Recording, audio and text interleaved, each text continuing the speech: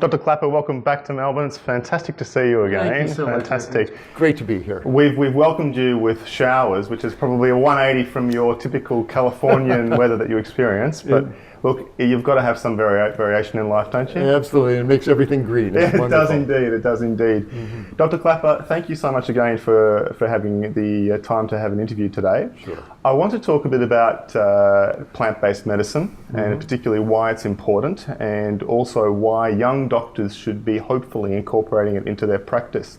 Can you tell me a little bit about where you trained, where you studied, and where you now work? Okay.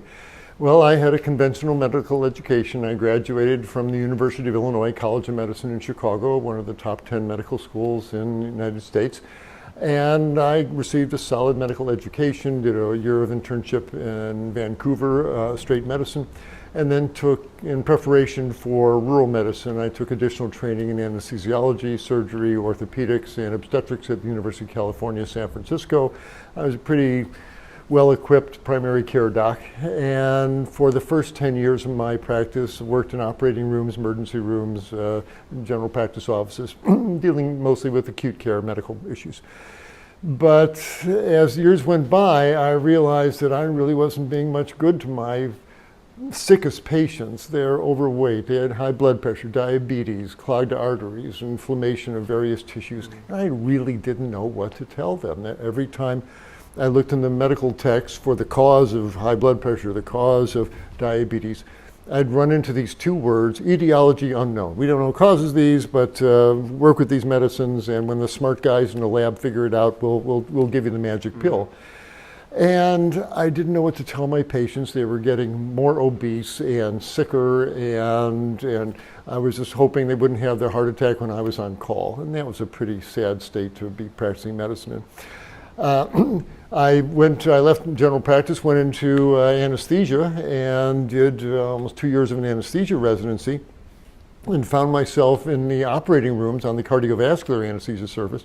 And day after day, I'm watching surgeons open people's chest and remove this yellow guck from their arteries, atherosclerosis. And I began to realize that this is largely the fat of the diet these people are eating.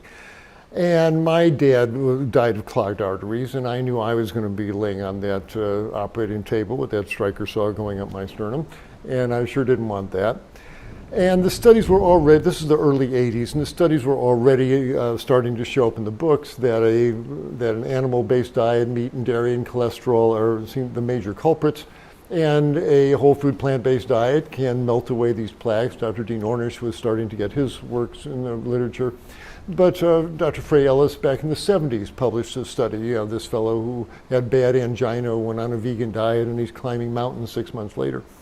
So I adopted a plant-based diet out of prudence, and magic happened in my body. Within 12 weeks, a 10-kilo spare tire of fat around my waist melted away. My high blood pressure normalized, my high cholesterol normalized. And I felt great waking up in a nice lean body and running 5 miles every morning. And at that point I realized I didn't want to be an anesthesiologist and spend my days putting people to sleep. I'd rather go back to general practice and help them wake up. And so I did. And that was 35 years ago, and ever since I've been practicing a plant-based style of medicine. And it's the most gratifying kind of medicine I could hope to practice. These people get healthy right in front of my eyes. You get them on a whole food plant-based diet, which we'll talk about, but lots of salads and soups and lentil stews. And the obesity melts away, and the high blood pressure goes down, and the arteries open up, and the angina ceases, and the asthmatic lungs clear, and the psoriatic plaques in the skin go away, and the sore joints fade, and they feel healthy again. And that's the best kind of medicine this old doc can practice. So I've been a plant-based doc and a big fan of seeing the wonderful changes that happen because of it. You know, it's so interesting because when we go through training, we're always told about the progression of treatment and the stepwise approach to treatment. So whether we take asthma, for example, or even hypertension, you commence, say, with 2.5 milligrams of perindopril, and then you go to 5, and then you go to 10, and then you might link it with amlodipine, for example. There's never an approach that says, let's get them off medication. Now, one would therefore say, well, if we are doing everything we can for patients, why is there a need then to progress with our statins and progress with our, ACE inhibitors? So therefore, there must be a deficiency somewhere in the environment that's the cause of this. Because a common thing that I get told by my patients is, Dad had high cholesterol, Dad had a heart attack, so therefore I'm going to have a heart attack. And they're saying this to me when they're in their late 50s, early 60s. Now, I always come back at them and say, but you've been otherwise well until now. You didn't have this heart problem when you were 20. You didn't have high cholesterol when you were 20. So there is something else that's taken place rather than genetic causes that's led to this occurrence. Let's have a talk about the environment and what you so wonderfully, eloquently talk about as in the SAD approach to life. Indeed. People trap themselves with this thought form, well, it's my genetics. I'm fated to get this disease. Yeah. And it's true, we inherit our genes from our parents, but what people don't realize was what we also inherit is our eating habits at the dining room table. Right. And if you eat the same meat and cheese and ice cream and pepperoni pizzas that your parents ate, with those genes, you're going to get the same clogged arteries. But we now understand through the whole amazing science of nutrigenomics that our genetic blueprints are not written in stone. We have the genes, but whether these genes actually express in disease is determined by largely the food we eat and other things, the stress levels and the cigarette smoking. But by and large, it's the food that washes through our cells with every meal, turns genes on, turns genes off, induces enzymes, makes enzymes fade away. Every meal brings in not only nutrition, brings in information, and every meal changes us on a molecular genetic level, and that's a great power. And because you don't have to be a geneticist to understand that the genes that are going to be turned on by a chili dog, fried eggs, black coffee, and beer are different than the genes that are going to be turned on by a big green salad and some steamed broccoli and kale and lentil stew. And the genes the molecules that come in from a whole food, and I'm saying whole food, like plants grew out of the ground there. Not talking about energy drinks and granola bars. We're talking about real food. The chemical message that those molecules bring to our tissues, it kind of gives the message, shh, calm down, so you let the inflammation subside, nothing's stirring up trouble here. Where the fried foods and the cooked meat proteins and the hydrogenated oils and refined sugars that are in the standard Western diet, they bring a message of mutiny and chaos and molecular and inflammation. And because inflammation. See, we spoke about this previously, that at the core, in my belief, of the chronic diseases that we now have and we experience, and really the main ones, we're talking about obesity, hypertension, hypercholesterolemia, obviously leading to vascular disease and so forth, lies inflammation. It's an inflammatory process that's driving it. Now, whether we talk about arthritis or diabetes, it's an inflammatory process. So there are trigger factors, like you say, that switch on these processes. And as much as we love to use steroids like prednisolone and so forth that try and dampen down that process, how wonderful it is that the food can do that.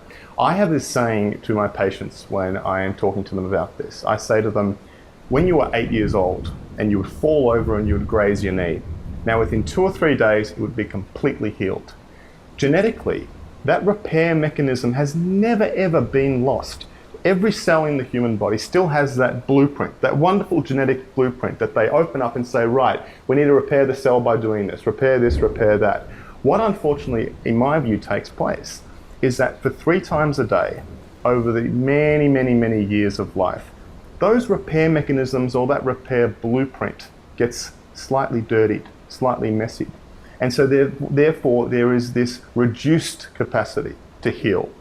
It makes sense, therefore, if we remove the mud from the cell and we now replace and clean the cell 3 times a day by what we feed ourselves, that the repair mechanism switches back on. And this would certainly explain, in my view, why people suddenly lose the weight, why their sugars stabilize, why the insulin response to the cell is much more better enhanced, why people feel better, they sleep better, their sinuses clear up, and so forth. All the wonderful things that take place. Because people don't recognize, in my view, that they are actually in a disease state. They're in a state of war. And again, using the hypertension story, when we are using medication, we are making the numbers look good, but there is that internal war going on within the cell and the cells around the vessel where they are trying to constrict and they are trying to raise the blood pressure. And these enzymes are being told that we're giving patients, are telling them to settle down. It makes the numbers look good, but we don't actually do anything in terms of turning off that process. We are told somewhat inappropriately that, you know, if you have a varied diet, you'll be okay. Have a small amount of oil, have a small amount of animal product, have a small amount of milk. Why, from a medical perspective, are these foods so bad for us? As you said, the food is a very dynamic stimulus, and it brings us not only calories to burn, but again, as I said, information that changes the inflammatory state in our body. You mentioned some very profound mechanisms there. We are now becoming aware of the role that inflammation plays in so many things, including things that didn't look primarily inflamed, clogged arteries, diabetes, etc. I would like to make an important point, I think, something that's shaping up both in the media and the public mind is, well, that problem, that bad old inflammation, well, let's kill that. You know, we're Americans, we like to kill things. Got a high cholesterol, let's take out the statin gun, let's kill that. You know? And, but the analogy, I think, is important to consider. Cholesterol was made the enemy number one, but cholesterol is not an evil molecule. It's the rootstock from which your body makes cortisol and adrenaline and cortisol and steroids, etc., steroid hormones. Same way, inflammation, not an evil process. It's the first stage of healing, and the body is really looking out for you. It's not, let's find that bad old inflammation and you know, stomp it down with some ibuprofen or something. That's not the point. If you are walking a mountain trail and you get a stone in your shoe, and every time you step on it, it's digging into the bottom of your foot, eventually it's going to start getting inflamed there. And you'll feel the pain there. Now, I've got inflammation. What should I do? Oh, well, got inflammation. Let's take an anti-inflammatory. And so you take the ibuprofen, and it helps for an hour or two. But meanwhile, that's not getting to the root of the problem. You've got a mechanical problem. You've got to stop, take your shoe off, take the stone out of your shoe. And it's not a matter of suppressing inflammation. These meals that you mentioned, these are repetitive injuries to those arteries. You know, it's the repetitive injury that our diet's inflicting. That's what's driving the inflammation. So rather than focusing on the inflammatory process, let's focus on what's making your body summon up that response. And of course, it's fried meats and hydrogenated oils and the free radicals and the French fries and the phosphoric acid and the soft drinks. And it's the standard fast food Western diet is just tailor-made to set off inflammatory reactions throughout the body. And we now know this because we're seeing not just this on, say, websites and blogs of people with no medical knowledge. We're seeing publications such as NEJM, for example, talking about trimethylamine oxide production from choline from gut bacteria. Now, we're seeing this, as you say, published maybe as far back as Walter Kempner in the rice diet. And I have a particular fascination and interest with nephrotic syndrome in renal medicine. To see him reverse nephrotic syndrome in a matter of months by just using the rice diet, wasn't that just amazing? Spectacular. Yet I didn't know about that until the 1930s? Until John McDougall talked about it. Hey, it's almost criminal that we don't know about this. Exactly. As we see now more and more publications come forward about this, I think we also start to recognize a lot of the pathophysiology behind these conditions. Now, Neil Bernard talks very well about diabetes and intramyocellular lipid accumulation. And the essence, I suppose, also of cholesterolemia is that I say to my patients, cholesterol, as you say, has been demonized. It hasn't. It should never have been demonized. Neither should LDL be demonized. LDL forms a particular role within the body. Its role, I say to my patients, is to transport all that cholesterol to the periphery of the body, where it is somewhat utilized by end organs, for, as you say, steroid synthesis, etc., etc. But it forms a purpose. We can't therefore demonize that little molecule. The body wants to protect itself. As you saw, what the analogy you used with the pebble in the foot was beautiful. The body wants to protect itself always, and it wants to survive. So when we feed ourselves these high energy foods, the body doesn't know that it's 2017. The body could think that we're living in the tundra, that it's an ice age, and it recognizes this very high density food, calorie density food, and it says, I have to store this. Oh, now he's given me some cholesterol as well. I could use that for some hormone production. So what I'll do is I might just store that in the arteries, and I'll put it into the cells of the muscles and so forth. Now what happens, unfortunately, as you say, is that we don't recognize the pebbles in the shoe until it starts to cause pain. And once it causes pain, we have a choice, don't we? Our choice being that, okay, do we look at what the cause is? Can we remove it? Can we improve our walking and so forth? Or do we just take an anti-inflammatory? We are very, very good at giving anti-inflammatories per se for all chronic conditions. That's right. The importance, therefore, of recognizing that the body wants to survive and it will do whatever it can to maintain a survival state is important. I have seen, as we spoke about this recently, I've seen some remarkable changes in my patients. The 4 diabetics, for example, all insulin diabetics, type 2, but they were insulin dependent, got off their insulin, got off their oral hypoglycemics. Now, what happened when they got off their tablets wasn't just an improvement with their diabetes. Their blood pressure fell, their weight fell. And then I had the luxury of taking them off their ACE inhibitors and off their beta blockers. Yes. We spoke about this, that we were never taught that at medical school. We were never taught that you could actually do that. The essence of what I guess we've been circulating around is this whole foods plant-based diet that we advocate to our patients. So I have 3 simple rules. I like Caldwell Esselstyn's analogy that don't eat anything that had a mother or a face or was alive, so to speak. I say to my patients, the second rule I want you to maintain is that you limit as much as possible the oils. And the third thing is exercise is optional. Now, when I say this to them, they fall off their seats and they say, but exercise is the core of weight loss. It's the core of our health.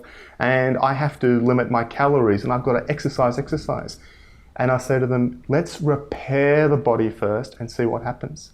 Inevitably, at week 1 or 2 of this diet, they come running in, not walking and hobbling in. They come running in and they say, I know you said no exercise, but I have so much energy. I've started walking around the block. I've started doing things. And it's this ability to say, take a Mitsubishi Lancer car that I drive, and I love my Mitsubishi, and turn it into a Mercedes-Benz, so to speak, by simply just mechanically repairing it. So the essence of this whole foods plant-based diet, it revolves around the idea that we go back to nature, that we don't have processed foods. So the fresh fruit, the vegetables, the corn, the beans, the lentils, the grains, we're talking much more heavily now about carbohydrate because carbohydrate got demonized. The pumpkin, corn, potatoes particularly. It's essentially, why are these foods so healthy? Why would they be so healthy? Well, there's no question our body has evolved to digest plant foods. Our simian ancestors have been on this planet for 150 million years. Our gorilla and bonobo cousins right now are up in the trees eating leaves and fruits. And our digestive system has evolved to consume a whole plant food stream. And our cellular mechanisms, clearly we are carbohydrate burning organisms. Our Krebs cycle enzymes burn glucose and not fats preferentially. And the beautiful things about whole plant foods, they are largely made of carbohydrates that burn cleanly. You ingest carbohydrates in any form, whether it's the starch from a squash or a pumpkin or a potato. It burns cleanly, and the only waste products are carbon dioxide that you breathe out and water that you excrete. And so carbohydrates are not only a clean burning fuel, but all these colorful green and yellow vegetables and fruits bring in a panoply of vitamins and minerals and cofactors that help in the digestion of this really clean burning fuel. And as a result, you wind up lean and healthy, as we've discussed. And no matter how much carbohydrates in their whole form, the whole potatoes, rice that you eat, they cannot turn into fat. At the most, it turns into heat, and you radiate it off to the air. But people are afraid, oh, don't want to eat those carbs, makes you fat. No, carbohydrates will not make you fat. Eating them in the presence of fats may do that. So it's a clean burning fuel, leaves you healthy and lean, and basically it's what we were meant to run on in our digestive system with big, soft, easy to pass bowel movements and trim bodies verifies that as well. So eat plants, it's our natural fuel. Potatoes are particularly for me a passion. So I think they're a great way to incorporate whole foods plant-based living, for example. But first of all, the whole foods are mostly water, number one. Secondly, they're going to be fiber as well, okay, which is lacked by animal products. And thirdly, when you actually digest these foods, you are, as well as getting the carbohydrate, as you say, you're getting all the minerals, all the antioxidants, and that wonderful plethora of highly enriched food that washes over our arteries, as you say, cooling the processes of inflammation down. Now, potatoes have been demonized as being the cause of weight gain. John McDougall talks about the article, I think it was published many years ago, where they looked at cellular respiration and the respiratory quotient that goes on in the cell, and highlighted that, in fact, when the body senses the calorie intake is falling, it switches processes off. The body slows down. Actually, cellular metabolism starts to be slightly impaired, the thyroxine levels drop, etc. The body goes into the survival state. So again, it's sort of contradictory to what we've been told, that to lose weight, we should be restricting our calories. When in fact, if you enhance your calorie intake, you actually switch on all these processes, and most importantly, that repair process. So we see the respiratory quotient actually increase. So it doesn't actually end up gaining weight.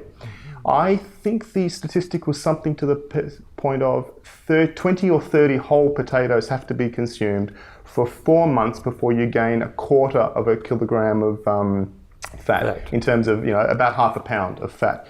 I would be hard pressed to find someone who can have maybe 8 to 10 whole potatoes a day. Exactly. A day. Now, we both have a mutual friend, Andrew Taylor from the Spud Fit, who showed really in no other better way that incorporating potatoes into his life not only saw a weight loss and those wonderful benefits, but he didn't gain that weight. He felt better, and he reversed these conditions that associated with it.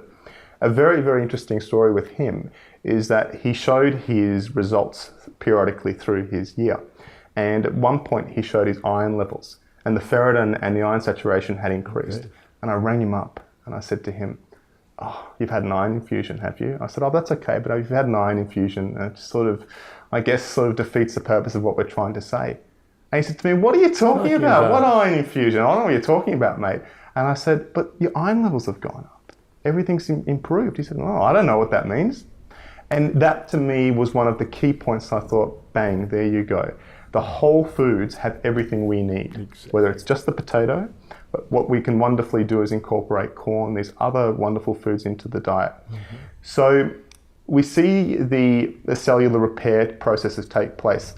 Michael Greger talked about this at one point regarding intracellular, intramyocellular lipid accumulation, that you get this toxic buildup within a cell, but that there is also inherent mechanisms 24 hours a day breaking down these lipids, breaking down these intramyocellular lipids to try and remove them.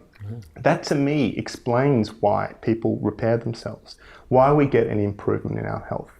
Because if 3 times a day the cleaner is able to do their job without having more rubbish tipped into the room, eventually the room will be clear.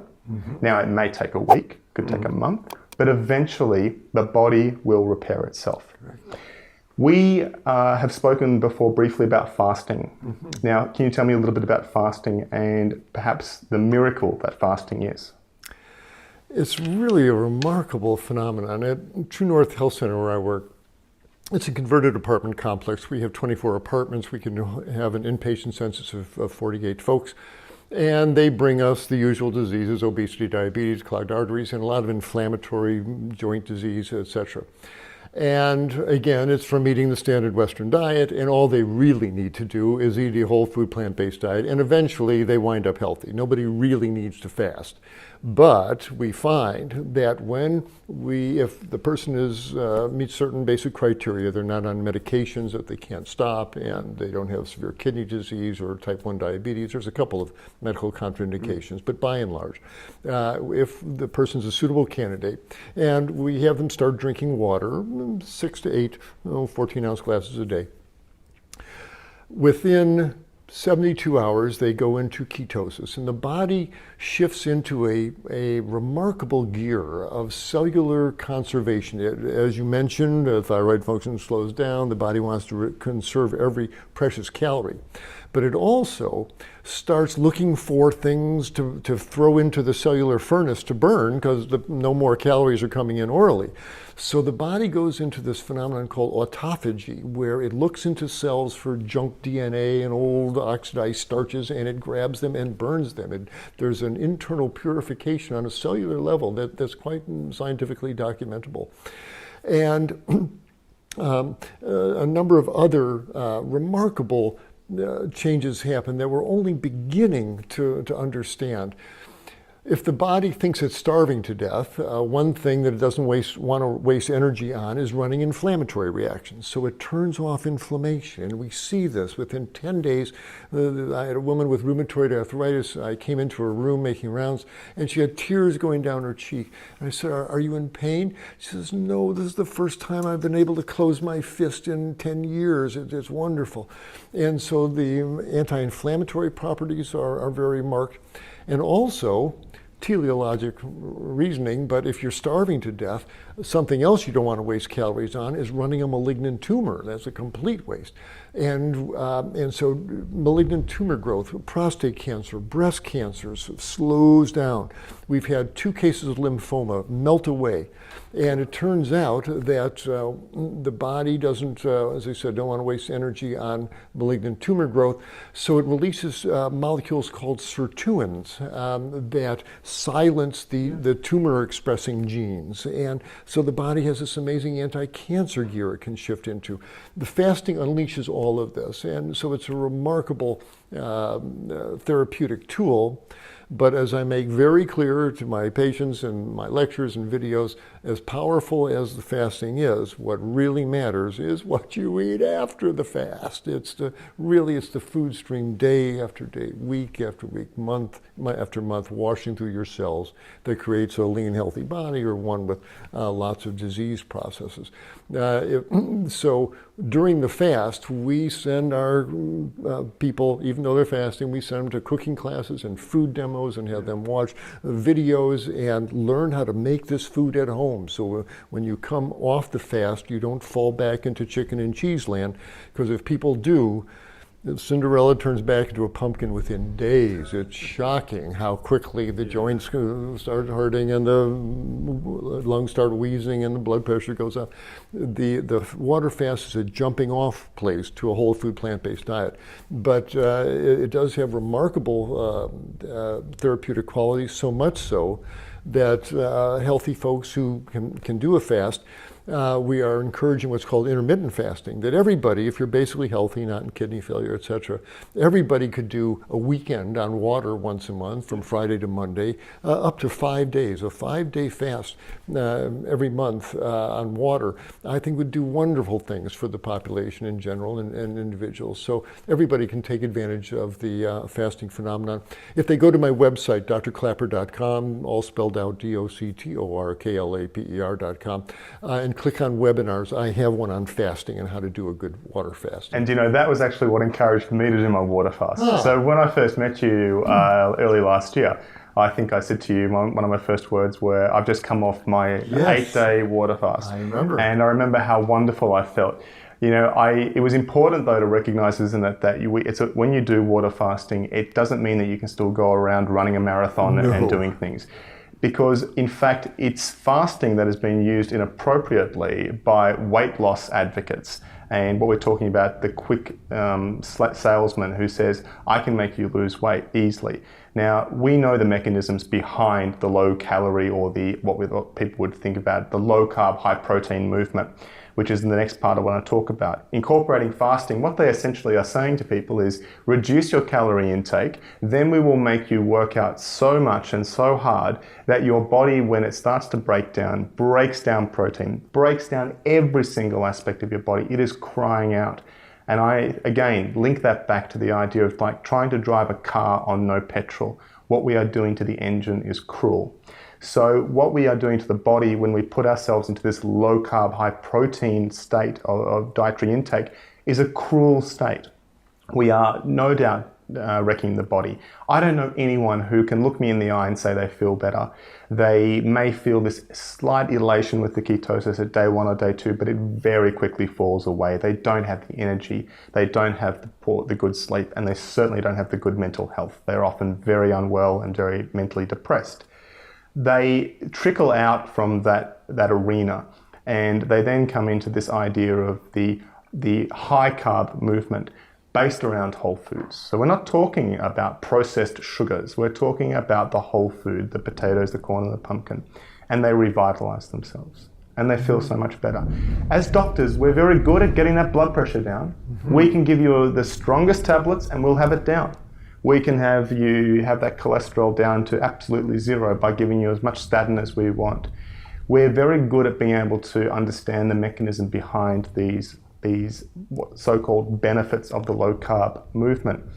What I think, though, we need to start looking at is expecting that hopefully the medical profession will now step up, and trailblazers such as yourself and Neil Bernard and Caldwell Esselstyn and John McDougall, who have been very strong influences for me, have really forged this wonderful pathway for now a new generation of health professionals to now step up and incorporate nutrition into not only our own lives, but into the dialogue we have with our patients. Yes.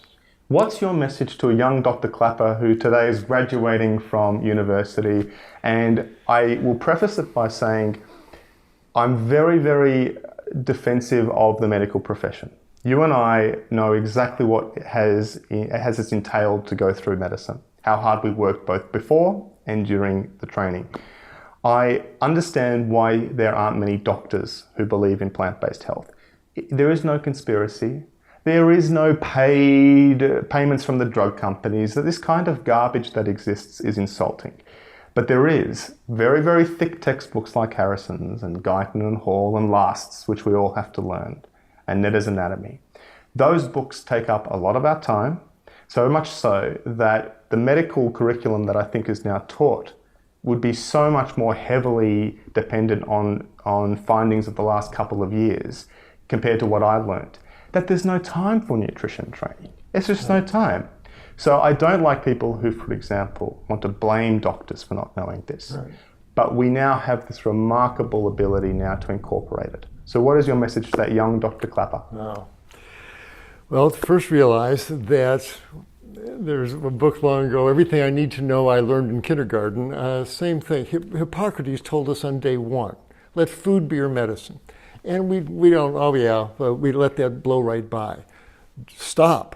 That is ultimately important advice. Realize, young Dr. Klaper, that you didn't learn anything because your professors don't understand nutrition. They don't honor it. They view it as a sissy science compared to surgery and internal medicine, intensive care. Nutrition's boring stuff. And realize your professors are eating the meat and dairy themselves, and they don't want to give up their steaks and their lobster and their Gruyere cheese, and so they're not going to tell their patients, and they're not going to tell you about them. But the truth is, we can't ignore Hippocrates' advice. Every meal changes us. Your blood is very different after a meal of cheeseburgers and pepperoni pizzas and chili dogs versus the rice and beans and greens and salads. And that's not a trivial difference. It's the difference in the computer world between 1 and 0. You either have cooked animal flesh and these adulterants in your bloodstream, or you don't, or you have healing nutrients. And chronicity is such a powerful force. Having your bloodstream pro-inflammatory week after week, month after month, year after year, it's going to inflict cellular and ultimately tissue damage. It said, at age 20, the face in the mirror looking back at you is the face that nature gave you. At age 50, the face in the mirror looking back at you is the face your choices gave you. And it's the choice of the burgers and the pizzas and the beer and the cigarettes and the arguments and the alcohol and all that toxic brew that modern life inflicts upon us is what ages us and what causes us inflammation and what initiates these diseases. Well, we're not helpless pawns. It's not our genetics. It's the food. And I have a plaque in my office that says, it's the food. And when my patients are sitting in front of me, overweight, hypertensive, diabetic, why do I have these diseases? It's the food. And the second line is really important. It's been the food all along. Stop asking for another sophisticated blood test or a scan. Run a whole food plant-based diet through your bloodstream. Stop the adulterants. And your body will know what to do. Healing will happen. And you're rewarded with a lean, healthy body that doesn't need the services of people like us. And look, as a doctor, you're rewarded with having a patient before you who is remarkably healthy. Now, isn't that the most satisfying thing when we see? It is. I tell my patients, it's wonderful. I basically don't want to see you again. Or I want to see you in two places, in the natural food store and on the bicycle path. Other than that, I want to go live your life. I don't want you to have to need me for medical problems. I have to close by asking you to always give you a very quick, wonderful quote on dairy and cow's milk. Now, a common question someone may come up to you and ask you, Dr. Klaper, I need to have cow's milk because that's where I get my calcium. So why shouldn't I drink cow's milk? For the same reason you shouldn't drink moose milk or giraffe milk or horse milk or rat milk. Cow's milk is baby calf growth fluid. That's what the stuff is. And everything in that liquid, the hormones, the lipids, the sodium, the protein, the IGF-1, everything is in there to blow that calf up to a great big cow.